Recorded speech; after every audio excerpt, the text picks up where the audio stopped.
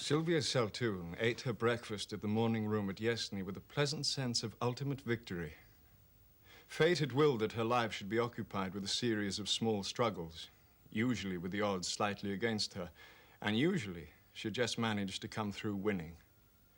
Now she felt that she had brought her hardest and certainly her most important struggle to a successful issue.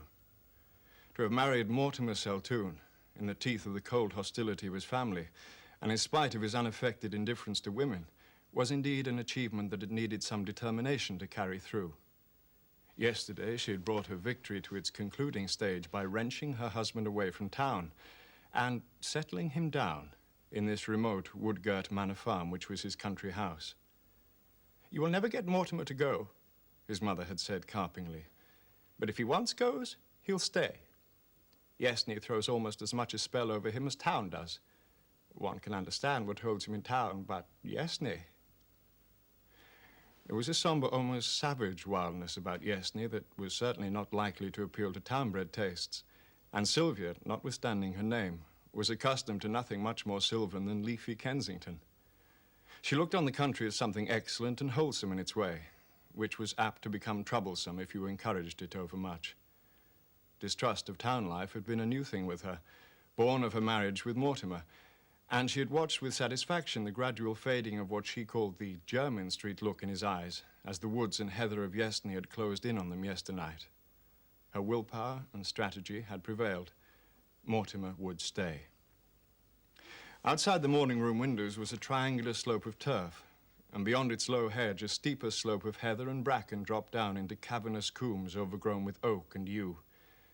In its wild, open savagery, there seemed a stealthy linking of the joy of life with the terror of unseen things. Sylvia smiled complacently as she gazed at the landscape, and then of a sudden she almost shuddered. "It is very wild," she said to Mortimer. "One could almost think that in such a place the worship of Pan had never quite died out."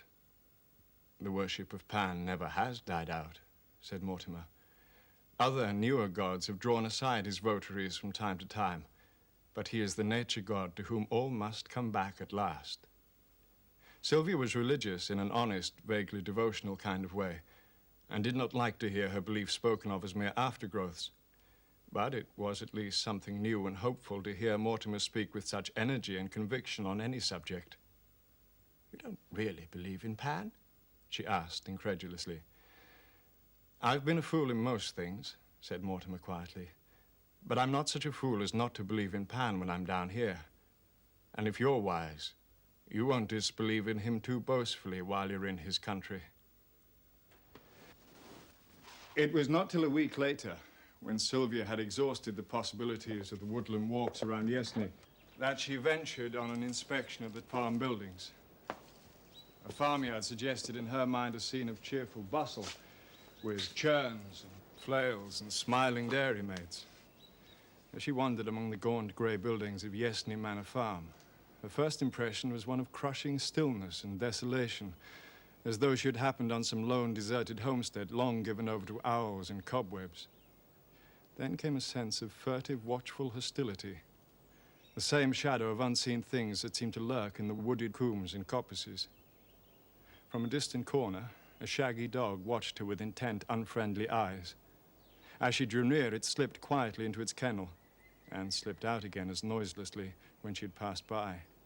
A few hens, questing for food under a rick, stole away under a gate at her approach. Sylvia felt that if she had come across any human beings in this wilderness of barn and byre, they would have fled, wraith-like, from her gaze. At last, turning a corner, she came upon a living thing that did not fly from her. Astretch in a pool of mud was an enormous sow, speedily alert to resent and, if necessary, repel the unwanted intrusion. It was Sylvia's turn to make an unobtrusive retreat.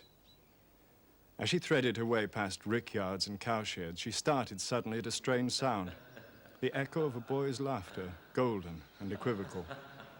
Jan, the only boy employed on the farm, was visibly at work halfway up the nearest hillside, and Mortimer, when questioned, knew of no other probable or possible begetter of the hidden mockery that had ambushed Sylvia's retreat. The memory of that untraceable echo was added to her other impressions of a furtive, sinister something that hung around Yesney. Of Mortimer, she saw very little. Farm and woods and trout streams seemed to swallow him up from dawn till dusk. Once, following the direction she had seen him take in the morning, she came to an open space in a nut copse, in the center of which stood a stone pedestal surmounted by a bronze figure of a youthful Pan.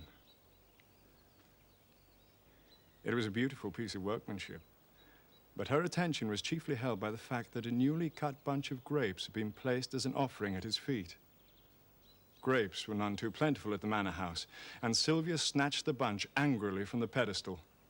Contemptuous annoyance dominated her thoughts as she strolled slowly homeward, and then gave way to a sharp feeling of something that was very near fright. Across a thick tangle of undergrowth, a boy's face was scowling at her, brown, beautiful, with unutterably evil eyes. It was a lonely pathway, and she sped forward without waiting to give closer scrutiny to this sudden apparition. It was not until she had reached the house that she discovered that she had dropped the bunch of grapes in her flight. "I saw a youth in the wood today," she told Mortimer that evening. "Brown-faced and rather handsome, but a scoundrel to look at. A gypsy lad, I suppose." "A reasonable theory," said Mortimer. "Only there aren't any gypsies in these parts at present." "Then who was he?" asked Sylvia. And as Mortimer appeared to have no theory of his own, she passed on to recount her finding of the votive offering. "Did you meddle with it in any way?" asked Mortimer. I threw the grapes away. It seemed so silly." "I don't think you were wise to do that. I've heard it said that the wood gods are rather horrible to those who molest them." "Horrible perhaps to those who believe in them, but you see, I don't." "All the same, I should avoid the woods and orchards if I were you, and give a wide berth to the horned beasts on the farm." "Mortimer," said Sylvia suddenly, "I think we will go back to town sometime soon." Her victory had not been so complete as she had supposed. It had carried her on to the ground where she was already anxious to quit. "I don't think you will ever go back to town," said Mortimer. Sylvia noted with dissatisfaction that the course of her next afternoon's ramble took her instinctively clear of the woods. As to the horned cattle, Mortimer's warning was scarcely needed, for she had always regarded them as of doubtful neutrality at the best. The ram who fed in the narrow paddock below the orchard she had adjudged to be of docile temper. Today, however, she decided to leave his docility untested, for the usually tranquil beast was roaming with every sign of restlessness from corner to corner of his meadow. A low, fitful piping, as of some reedy flute, was coming from the depth of a neighboring copse, and there seemed to be some subtle connection between the animal's restless pacing and the wild music from the wood. Sylvia turned her steps in an upward direction and climbed the heather-clad slopes that stretched in rolling shoulders high above Yessney. She had left the piping notes behind her, but across the wooded combes the wind brought her another kind of music, the straining bay of hounds in full chase. Sylvia could presently see a dark body breasting hill after hill, while behind him steadily swelled that relentless chorus, and she grew tense with the excited sympathy that one feels for any hunted thing in whose capture one is not directly interested. At last, he broke through the outermost line of oak, scrub, and fern, and stood panting in the open, a fat September stag carrying a well-furnished head. His obvious course was to drop down to the brown pools of Undercombe, and thence to the sea. To Sylvia's surprise, however, he turned his head to the upland slope and came lumbering resolutely onward over the heather. "It would be dreadful. The hounds will pull him down under my very eyes."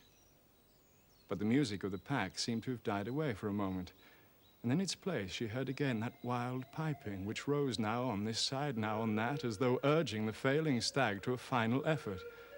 Sylvia stood well aside from his path, half hidden in a thick growth of wattle bushes, and watched him swing stiffly upward, his flanks dark with sweat, the coarse hair on his neck showing light by contrast.